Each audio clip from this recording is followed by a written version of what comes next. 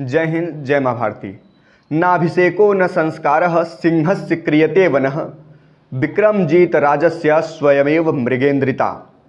कहते हैं कि सिंह के राज्याभिषेक में वन्य जीव अक्षत पुष्पों के संस्कार के साथ उसका राज्याभिषेक नहीं करते हैं, बल्कि सिंह अपने पौरुष, अपने पराक्रम, बल और योग्यता के अनुसार स्वयं को राजत्व घोषित करता है। ऐसे ही माँ भारती के एक लाडला लाल, जो अपने साहस, पराक्रम, दृढ़ निश्चय और कर्तव्य परायणता के कारण भारत के युवाओं में आज़ादी का एक मसाल बन चुका था। मध्य प्रदेश के एक छोटे से गांव में गुलाम भारत में पहली सांस लेने वाला वो आज़ाद अपने अंतिम सांस तक आज़ादी के लिए संघर्षरत रहता है और हमेशा किसी न किसी माध्यम से अंग्रेजी हुकूमत के नाक में दम करता रहता है। सुखदेव, राजगुरु, भगत सिंह जैसे अनेक अनगिन अनथक आज़ादी के नायकों का प्रेरणा स्रोत, आदर्श वह चंद्रशेखर आज़ाद, जो अपने कार्य कुशलता, अपने नेतृत्व क्षमता, अपनी लगन और अपनी निष्ठा के लिए उस समय समूचे भारत में क्रांति की एक ज्वाला बन चुका था।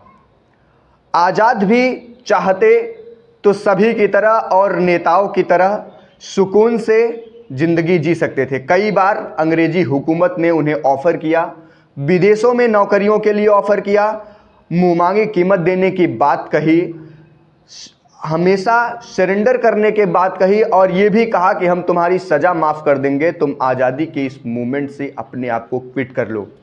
लेकिन सीने में गजब का जज्बा, गजब का देशभक्ति कि उन्होंने अपने निजी स्वार्थ को, निजी अभिलाषाओं को और गरीबी लाचारी से जूझते हुए अपने माँ बाप को छोड़कर माँ भारती के दामन को अंग्रेजी हुकूमत से मुक्त कराने की कसम खाई। कहते हैं एक इतिहास मेरे मुल्क के सीने में शमशीर बन गया, जो लड़े जो मिटे वो शहीद हुए, जो डरे जो झुके वो वजीर हुए। जितने भी नेता उस समय थे जिन्होंने अंग्रेज़ों की बात मानी, जो अंग्रेज़ों के सामने झुके, उन्हें तो बाद में भारत की सत्ता मिली। वैसे तो प्रारंभिक काल में चंद्रशेखर आज़ाद महात्मा गांधी के आंदोलन के साथ जुड़कर ही माँ भारती को विदेशी हुकूमत से आज़ाद कराना चाहते थे, लेकिन असहयोग आंदोलन के अचानक रुक जाने से जितने भी क्रांतिकारी उस समय चंद्रशेखर आज़ाद के नेतृत्व में संघर्ष कर रहे थे, जैसे सबकी रीढ़ की हड्डी ही तोड़ दी गई हो। सभी क्रांतिकारियों ने मन बनाया कि अब केवल एक ही रास्ता है जो भारत को स्वतंत्रता दिला सकता है, वो शांति की नहीं क्रांति का मार्ग है। और सभी ने एक ही मार्ग चुना, क्रांति का मार्ग। सैंडर्स वध से उस समय और सैंडर्स वध और असेंबली बम कांड से पूरी अंग्रेजी हुकूमत तिलमिलाई हुई थी। चंद्रशेखर आज़ाद, सुखदेव, भगत सिंह और राजगुरु की फांसी की सज़ा को कम कराने के लिए, उसको सज़ा में तब्दील कराने के लिए अनथक प्रयासरत थे। उसी सिलसिले में वो पंडित जवाहरलाल नेहरू से मिलने इलाहाबाद आए हुए थे और वो पंडित जवाहरलाल नेहरू से मिलकर यही कहना चाहते थे कि आप महात्मा गांधी से निवेदन करिए कि इरविन समझौते में क्रांतिकारियों को क्षमा दिलाया जाए, उनको छोड़ा जाए या उनकी सज़ा कम कराई जाए। उसके बाद वो अपने एक मित्र से अल्फ्रेड पार्क में चर्चा ही कर रहे होते हैं, तभी अंग्रेज़ों की सेना की एक टुकड़ी अल्फ्रेड पार्क को घेर लेती है। पुलवामा हमले पर बना वो गीत, जिसकी एक लाइन उसी पूरे घटने पर यथार्थ होती है कि पुलवामा में वीरों ने जो जान देश पर वारी है, दुश्मन की औकात नहीं ये अपनों की गद्दारी है। जो संगठन था जिसका नेतृत्व चंद्रशेखर आज़ाद कर रहे थे, हिंदुस्तान सोशलिस्ट रिपब्लिकन एसोसिएशन, उसी का एक मेंबर वीरभद्र तिवारी, जो अंग्रेज़ों का मुखबिर बन जाता है और वहाँ पर चंद्रशेखर आज़ाद की उपस्थिति की सूचना अंग्रेजी अधिकारियों को देता है। अंग्रेजी सेना का एसएसपी बाबर कर्नलगंज थाने की पुलिस के साथ उस उपवन को घेरता है। व्यास जी की कविताएं कविता की एक पंक्ति उस पर यथार्थ होती है कि अंग्रेजी सैनिक धीरे धीरे उपवन घेर रहे थे, उस समय आज़ाद अपनी मूँछों पर अंगुली फेर रहे थे। क्या दृश्य रहा होगा, क्या आप कल्पना कर सकते हैं? उस समय आज़ाद चाहते तो अंग्रेजी सेना के सामने सरेंडर कर देते और अपनी जान को बचा सकते थे। शायद उन्हें सज़ा होती, बाद में जमानत होती, और वो भी शायद अगर झुके होते तो आज़ाद भारत के किसी मंत्रिमंडल का हिस्सा रहे होते।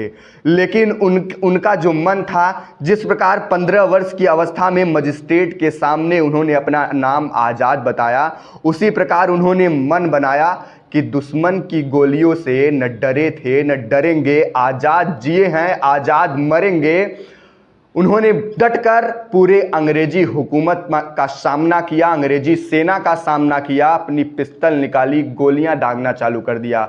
जब उनके बंदूक की अंतिम गोली बची तो माँ भारती का वंदन करते हुए, उनके चरणों में प्रणाम करते हुए उन्होंने उस बंदूक की अंतिम गोली को इनकलाब जिंदाबाद वंदे मातरम माँ भारती की जय करते हुए अपने मस्तक पे लगाते हैं और शूट कर देते हैं।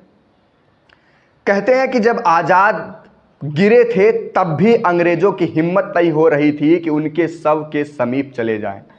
आनन फानन में अंग्रेज़ों ने अल्फ्रेड पार्क में ही चंद्रशेखर आज़ाद का अंतिम संस्कार कर दिया।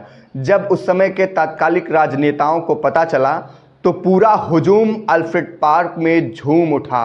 जिस वटवृक्ष के नीचे चंद्रशेखर आज़ाद ने बलिदानी का एक मिसाल लिखा, जिस वटवृक्ष के नीचे वो आज़ादी की एक क्रांति के रूप में एक मशाल बनकर अनवरत जलने का प्रण लिया, उस वटवृक्ष की मिट्टी को लोग कपड़े में बांधकर मुट्ठियों में भरकर अपने पूजा घरों के लिए ले जाने लगे।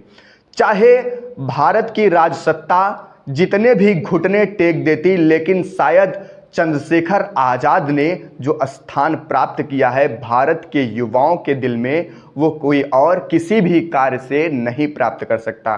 बार बार सत्ताएं उनको आतंकवादी, उग्रवादी बोलती रही सत्ता प्राप्ति के लिए, अपने आकाओं को खुश करने के लिए, लेकिन जो स्थान चंद्रशेखर आज़ाद का युवाओं के मन में, युवाओं के दिल में है, जो तब था वो अब है। आज़ाद थे वो, आज़ाद है भी, और हर क्रांति की, हर परिवर्तन, हर इनकलाब का वो मशाल बनकर अनवरत जलते रहेंगे।